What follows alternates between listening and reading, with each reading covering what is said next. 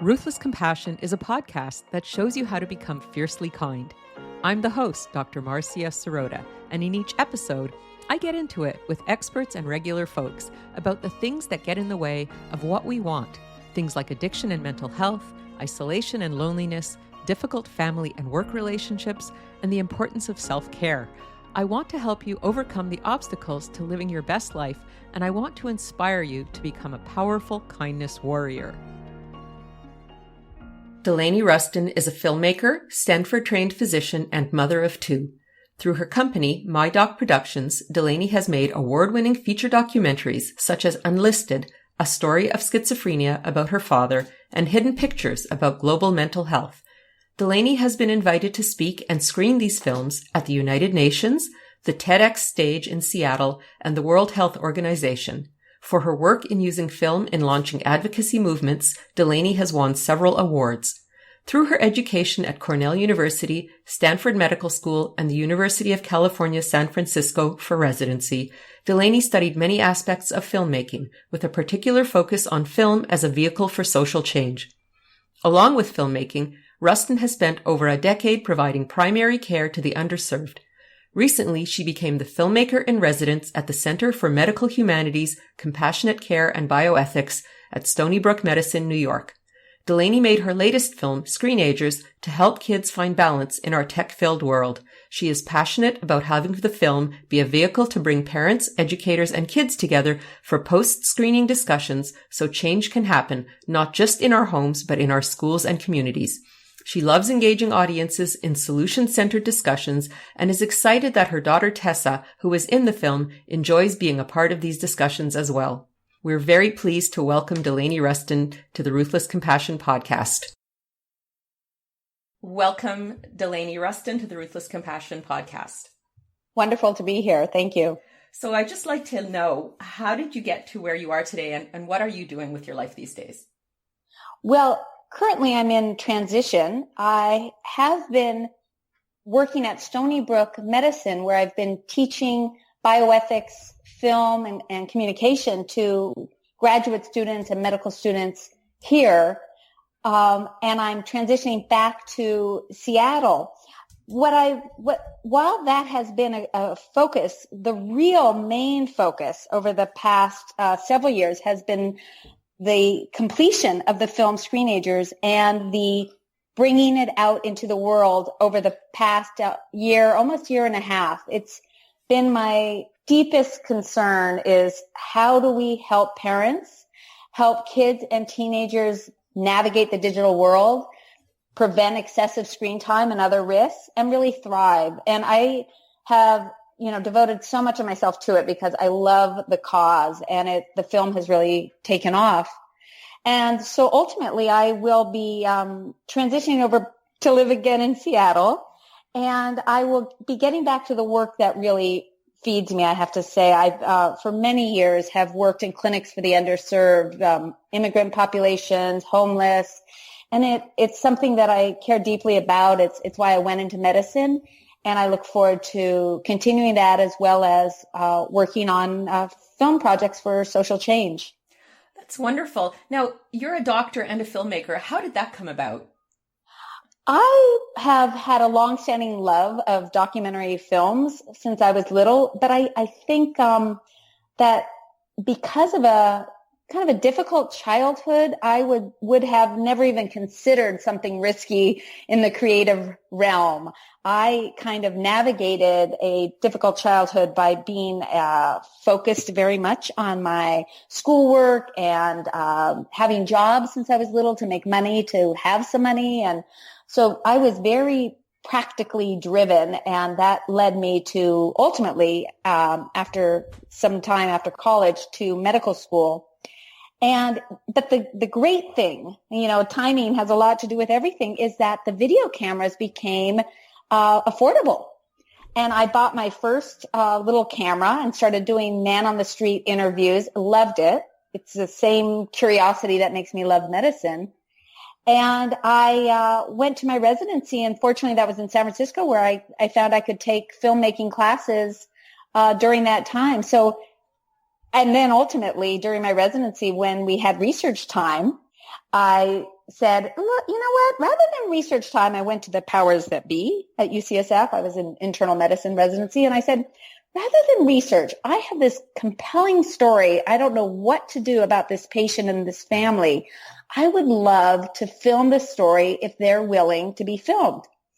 And my residency director and the powers that be looked at me and they said, Delaney, no, that's a silly idea. This is a research institute. What are you talking about video? And granted, this was about 17, 18 years ago. And I pushed and I pushed.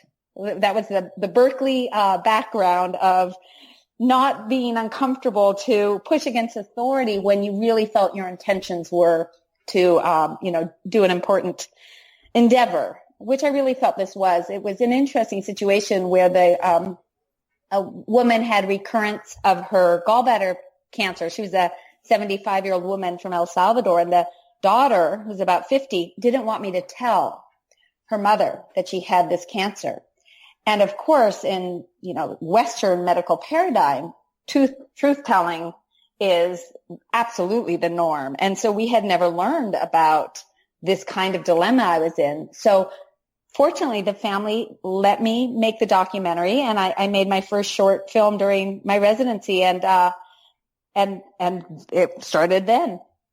That's an amazing story, and it's so wonderful because you had that urge to be creative, and then you ended up in medicine, and you were still able to be true to yourself, I suppose, and do the thing that was really meaningful to you, which was combine your creative impulses to tell stories with your vocation in medicine. Absolutely. I felt, yes.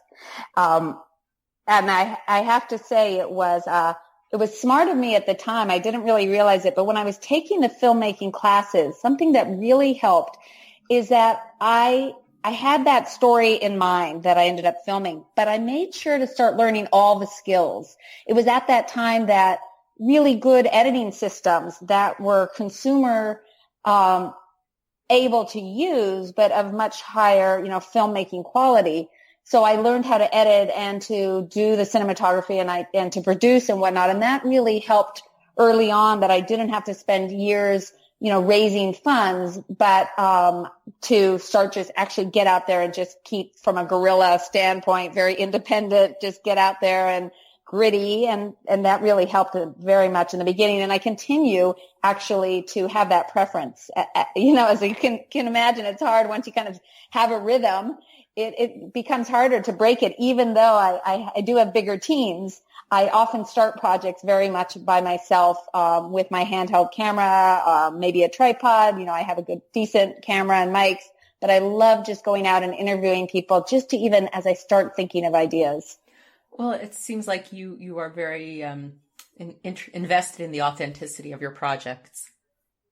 Absolutely, yes. I think, I have to say with Screenagers, what I didn't want to be in Screenagers, the film is about many different stories, but the real thread through the film is my struggle with my two teenagers around how do I parent around screen time. They wanted more and more of it. I was feeling completely overwhelmed, guilty because I would yell at them, and then, it was just an awful feeling. It was so stressful. So I started to do this film. And ultimately, the story of my daughter is woven through, where she's begging for an iPhone. She's turning 13, and I'm conflicted. And then I get her the phone. And interwoven to our story and struggles and ultimate solutions are other stories that deal with video game addiction, look at just video game use on a more less severe level, looks at technology in schools, and it looks at social media impact. But the thing that really draws people to the film are those moments with Tessa and I. Everyone says, because it's pretty authentic and embarrassing. And they said, wow, I could relate. I just felt your struggle and I could see my own struggle. And then that you found some solutions really empowered me to want to try new things. And really it's that authenticity. And it's, even though there's so many documentaries out there, we're getting used to things that are saying they're authentic, but then become reality TV and you don't know what to trust and how much has been kind of planted and all these things. Or we get documentaries like Frontline and whatnot, which can be fascinating and fabulous. But of course, those are with a narrator and they can feel kind of, you don't relate in the same way. And so I have really stuck with this authenticity, which frankly is super hard to do because it means getting in there with a camera and capturing scenes between people. And I can't tell you how hard it is. In fact, that's ultimately why I was in the film, because I was able to capture those moments with Tessa and I. And while I got really good stories in Screenagers that are relatable, so people, they aren't these far out way extreme things. They're stories that people can relate to. I have to say I didn't get as often the in-action scenes played out between people as I would have liked. So that's really, really interesting. What did you learn from doing this movie, both on a personal level and on a professional level, or on a level in terms of the screen time? Well, I think the key for me in making the film was all about finding solutions. So and I can give you some examples from the film, but what's really been key is how do we get those solutions out to people? And what I learned in making the film is how incredibly private parenting is. My background had been in making films related to mental health issues. One about my reconnecting with my father after hiding from him for 10 years because of his uncontrolled, difficult schizophrenia. And, I had done one on global mental health, and those stories, particularly in India and China and whatnot, to find people to come forward with mental health issues in their families was incredibly challenging. And yet when I went around with my camera for Screenagers thinking, oh my gosh, parents are struggling all around me, this will be easy, I was shocked to learn how often parents didn't want to come forward and, really be honest about what was going on. So I knew that the film needed to be seen in communities, bringing together kids, teenagers, parents, educators, and having discussions after the hour-long film. And so even now, the film can only be seen by somebody organizing a screening. And the wonderful thing is we have gotten almost 1.5 million people have come out so far in over 40 countries to see the film and have discussions. And having, parents and kids see it and then hearing how the conversations continued for weeks after, or how schools made changes or started committees to continue the conversation. I mean, to me, that's why I went into documentary filmmaking, is how do you create these social movements around it? So in terms of what I learned is really about the privacy of parenting, and that given my belief that parenting around screen time is one of the biggest issues around parenting today, I knew that it would be important to get all of us together talking, because if we just watch this in our silos, we're going to stay in our silos, and that's not going to get to the kind of solutions that we need to get to. So you're really initiating conversation in the community. That's so important. Absolutely. And one of the hard parts, I should say, was making a film that kids and teenagers can watch and not just parents. And that was tricky at times, but it's one of the biggest pleasures I get from the film is that kids and teenagers watch it and they have a lot to say about it. Some kids come back and see it a second time. Some have, are really in a fabulous way, like, well, I don't know about that study. Can you tell me about that one? I'm not so sure. Sometimes they're defensive, and they love it, though, that the film shows, and part of the film shows parents overusing technology, right? You see the kids trying to get their attention, and the parents aren't paying any attention to them, or things like that. And you hear a lot from teenagers and kids themselves who have really good insights in the film. So yes, the conversation, and then how as a filmmaker, you get that conversation, you widen that audience and you bring more people into the conversation. It takes a lot of time. I mean, the film, frankly, it took a long time to make. For sure, for sure. So what problems did you discover about screen time and teens while you were making this movie? Or did you learn anything new about screen time while you were filming? I imagine you must have. Yeah. I mean, first and foremost is the shocking sheer number of hours that kids and teenagers on average are spending 6.5 hours a day on screen time, which does not include screen time during school or homework. And that is a shocking number. Clearly, there are kids who will spend less than 6.5 hours a day, but that just means you have 10% of teenagers in this country who are spending 10 or more hours a day on screens. It's almost unfathomable, but there is this epidemic of time on screens that I am committed to getting us to talk more about. So that's first and foremost. I think we have to talk. And the second thing is a question of how it's impacting kids' ability to succeed in school, and whether that is because they are having a harder and harder time with paying attention to things that aren't as stimulating as interacting with friends or exciting video games is one reason. But the reality is we're seeing attention spans go down. And so that's something that is really concerning. And I think that the key, though, is, there are so many things you could say about possible downsides. I also wanted to make sure we looked at the positives and we looked at solutions. And, I will say one solution that I talk about a little bit, the stories reveal, is how self-control is actually one of the most important skills that kids can develop. And one of the most important ways they develop it is through our consistency as parents. And so I really work in the movement that we've created around the film with Tech Talk Tuesdays and whatnot, and I'll explain that later, is empowering parents to learn better, to work with their kids, to help them gradually over time develop better self-control that they have around their screen time so they will have more of a balance. So that's an example.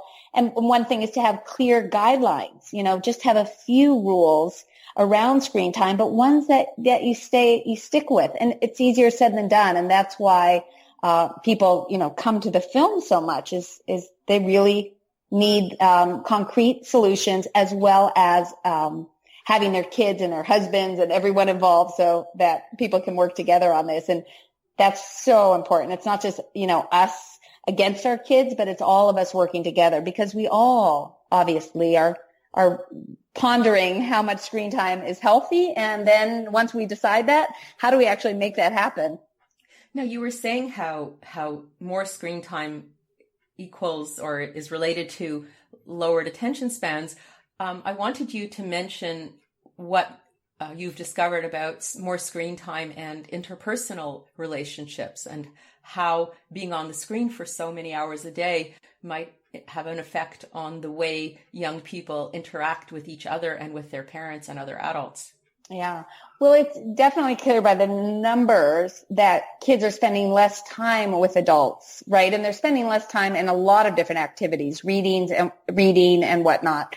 But those 6.5 hours on average do mean that they're not getting the same type of involvement in communities with adults and kids of different ages. And that is worrisome. There is concern that empathy, that ability to read emotions of other people, is decreasing. We cite in the film one study where when kids go to a camp without technology use for a week, they measured the children's ability to read facial cues before they went to the camp and then afterwards. And these kids did statistically better after the camp, not being on their devices. And they had a control group that had no effect on with just their control group. And, it's a small study, but it's that type of thing that we need to get more data on. And I think, we know kids tell me all the time, and we see it all over schools, is that when there's awkward situations, they have a much easier time now in that they can resort to their phone. In fact, when in the film, there's a wonderful moment when I ask my daughter, well, why do you really want this cell phone? And she says, so I can look cool in awkward situations. So, they're aware that they have this ability, but we as, people aware of psychology and anxiety and importance of development is that whenever there's anxiety, there's going to be avoidance. And yet the most effective way to get over anxiety is to have exposure, to do the activity and get more skilled at it. And it is worrisome that is going to decline for certain kids who aren't pushed, who aren't motivated, who don't have a lot of extra after-school activities and things like that are so key for development of these skills. Yes, it is concerning. I was also looking at this book by a Canadian psychologist named Gabor Mate. He wrote this book called Hang On to Your Kids, and it's all about how children are spending much more time with their peers and are not having as strong an attachment to their parents, and so the children are raising each other. And I'm imagining that if young people are spending hours of a day on their screens, they're not going to be spending time with their parents, getting guidance and direction. And in the book, Dr. Mate was saying how there's a higher rate of teen suicide, and it's based on being rejected or humiliated by their peers, including not getting enough Facebook likes for a post. Did you discover anything along those lines as you did your documentary? Yeah. There's lots of different data that go out in studies, and there is an increase in suicide, although it hasn't, it actually came way down in the 90s and 2000s, in part once we got more medication for it. It helps. It's not the panacea by any means. When, there's been a lot of talk about the increase, and that is concerning that there is some increase. But then we also have the old social media and all of that. And to say a causation, we can't say that on a big realm. There are cases, and I have filmed some, where there was a death due to social cruelty, part of which was online. But we still don't have, so yes, there are individual cases. Whether the major overall impact of social media on kids, we're not ever going to be able to say overall it's good versus bad, right? It's going to have times where it can be devastating. There can be social interactions on devices and bullying, as well as awful sextortion, right? When the picture is sent and then they say, look, I'm going to send this picture out to all sorts of people unless you do this certain activity, which can leave girls feeling completely devastated and powerless. So I think that's the conversations that we do need to be having, are these risky interactions that can happen. And one of the key things that I've really been focused on is, how do we ensure that our kids will come to us and talk to us as best as we can when they're experiencing some sort of cruelty or seeing some sort of cruelty in the social world, online and offline, of course. And in Screenagers, we meet Hannah, a young woman who's lovely. She tells her story in 8th grade of how a guy begged her to send a picture in her bra. And she liked this guy, and she thought, well, maybe he'll like me.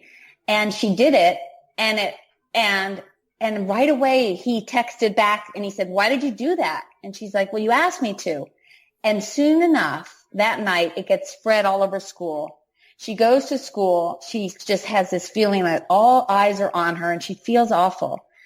And the amazing thing, though, about the story is that ultimately it takes her months, even though she's going through and getting more depressed and feeling so alone, it takes her months to tell her mother, in part because she's so worried that her mother is going to take away all of her social media, as well as other reasons. And I think, to me, that is so poignant, that as parents, we want to know, we want to, be sympathetic that our kids are going to make mistakes, or they're going to try something or say something online, trying, out their identities, or, liking a guy and wanting to feel attractive and whatnot, things they will regret. And we want to be there. We want to have their back during that. And I see, unfortunately, too often that schools have these zero tolerance, or these, really kind of draconian, implementation of punishments that really aren't about capturing kids at these poignant times for restorative justice, for discussions about, okay, what happened? What do you think you can do better next time? And I think as parents, that message is key because, as you can imagine, many parents are so scared about social media. They're trying everything to put in ways to sneak on their kids and to monitor them at all times. And frankly, when you set up that cat and mouse, you might ultimately be doing much more harm to relationship than the positive that you want. And I often say to parents, I say, is it effective? That we're not talking about right or wrong, but what is it that you want in your relationship with your teenager? And is the way that you're doing it, is it effective? And people step back and they really think about it. And I think that is the kind of conversations that I'm hoping that, people are having more and more with screenagers, because we don't have much guidance for this otherwise. If we're not out there having these vulnerable conversations of, I don't know how to do this. For sure. That sounds really like a very positive thing. Now, I maybe I asked you this before, but I really want to understand what do you think happens when you cut back on the screen time? Like, how do things change when the parents say to the kids, okay, we're going down from 6 hours a day to 3 hours a day or whatever? What have you noticed that's different? I think, the whole message for screenagers is really about balance. And how you create that's such a difficult word, is starting by where screen time exists in the family's life and how is it functioning. And I think that is really key to come up with rules in terms of setting up times where there won't be screen time. So, for example, in our family, we don't use technology at the dinner table. We don't use it in the car, other than if we need it for the map, so that we can sing, talk, look out the window. We don't use it when we're at sleep time, all technology out of all of our bedrooms at night. And finally, when we do day outings, which frankly with teenagers, you don't get that much time with them out and about in the world, we all very consciously put away our devices for the day. And then, there's other strategies and whatnot for helping the kids to study without being distracted. But those are really some key things. So it's not so much that I've prescribed or I've said, families should cut from this time down to this time or whatnot. So I couldn't say as much, but we often hear stories of teenagers who will say, I was going to ask for an Xbox for my birthday, but I've decided not to after seeing the film because I'm already having a hard time managing it. Or a girl who after the film says to her mom, wow, I really do need help on social media because after school I find I'm doing it 2 hours and I always regret it.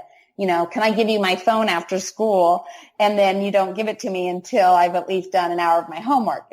So, those are examples of ways that people are cutting back. And it sounds to me like what I'm reading between the lines is that when you have these fewer moments online or on the screen, it gives the families an opportunity to bond. It gives the kids an opportunity to do something else, whether it's their homework or connect with real human beings face to face. Absolutely. But, one of the myths that I took on in the film is that kids are overscheduled. And it turns out that 40% of kids in the U.S. do not have access to after-school programs. It's a shocking statistic. And parents are so worried that kids are overscheduled, right? It's such a gift for the kids that do have the ability to have community where they're doing the Boy Scouts and they have a leader, right? A Boy Scout, or they're mentoring younger Boy Scouts at the same time. Or if they're in a dance program where they're getting to work together on a team to create a final show, or if they're doing debate club after school, right? All of those things are fantastic ways that where the phone is put away and kids are getting to do things that they're really interested and really engaging things. I mean, frankly, classrooms, when you're like my kids are in big public schools, it's not as engaging as one would hope. And so it's really the after school time that can be so important, but absolutely for families. I mean, to me, that is at the heart of this is how do we use this incredibly charged issue of screen time in our kids and to actually make it something that makes us closer. And I'll tell you what I found as one of the ways is, and I created it through this thing I mentioned, Tech Talk Tuesday, which is now for a year and a half. Every Tuesday I write a theme, a little topic I take on, like the one that is coming out this week on Tuesday, actually has to do with the people getting de-accepted to Harvard because of what they were doing on a private chat. And I used it as a way to talk about, okay, what's privacy on our posts? What's not? And I linked it to a study that had to do with the fact that 90% of kids see others creating drama online or actually oversharing. So I often bring in studies and whatnot, but the key to Tech Talk Tuesday is that you weekly have a short conversation with your family about how technology is working in your lives, the good, the bad, everything, and then to address one of the topics that comes up. And it's through these calm conversations where, frankly, it's all about the kids on one level, but it's really not. I always say when I'm giving talks about this is that it is our work as a parent to be modeling the things that we're worried they're not getting. And in this case, very much it's empathy. That as we listen to our kids at the table about what's working for them on technology, being positive is a fabulous thing to get them to be more collaborative. And then to bring up these discussion points about, should these kids get, not be in Harvard because of what they did?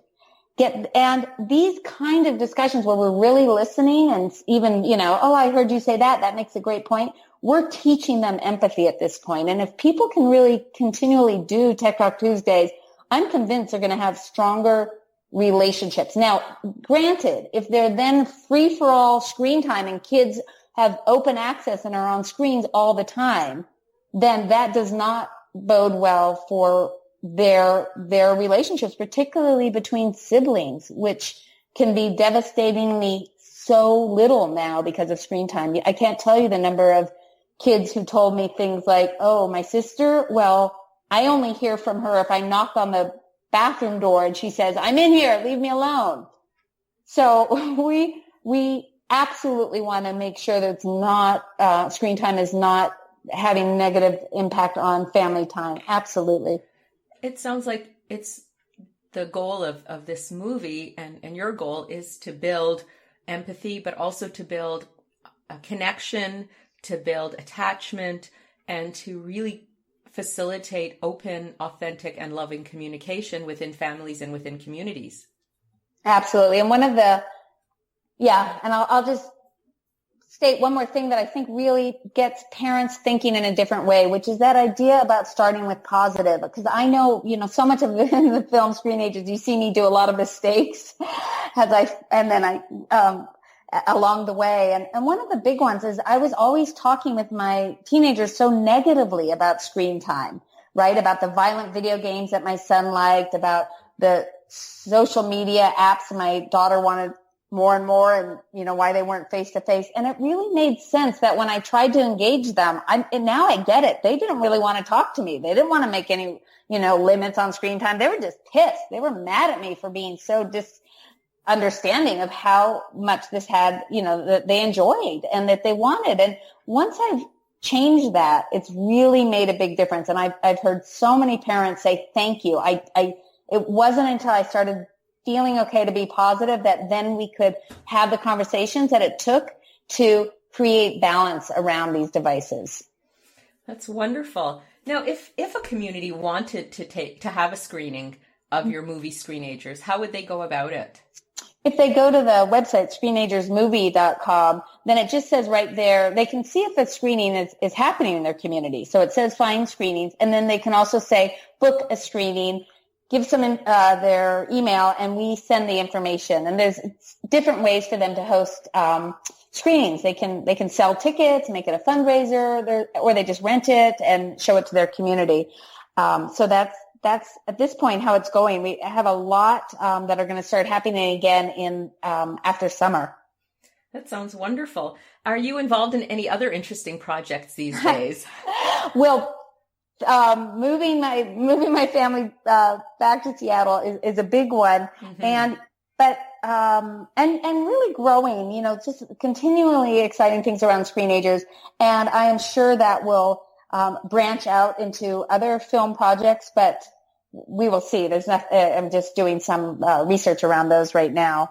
I'm always, to me, so much it's about the movement around a film, and that can just be ongoing. There's, all sorts of ways that we still want to help people, and I'm always creating new resources on the Screenagers Movie website. So we have the parenting apps and contracts and things for schools and just blogs, and that's, to me, it's amazing, as you can imagine, how many topics there are on this subject. No, it sounds fantastic. And it sounds like you've got plenty on your plate. And this project sounds like it has many ways to have an effect on individuals, families, and the community. Yes, absolutely. Absolutely. Now, I always like to ask my guest for a call to action at the end of the talk, and also where they can find you if they're looking for you to find out more about what you're doing.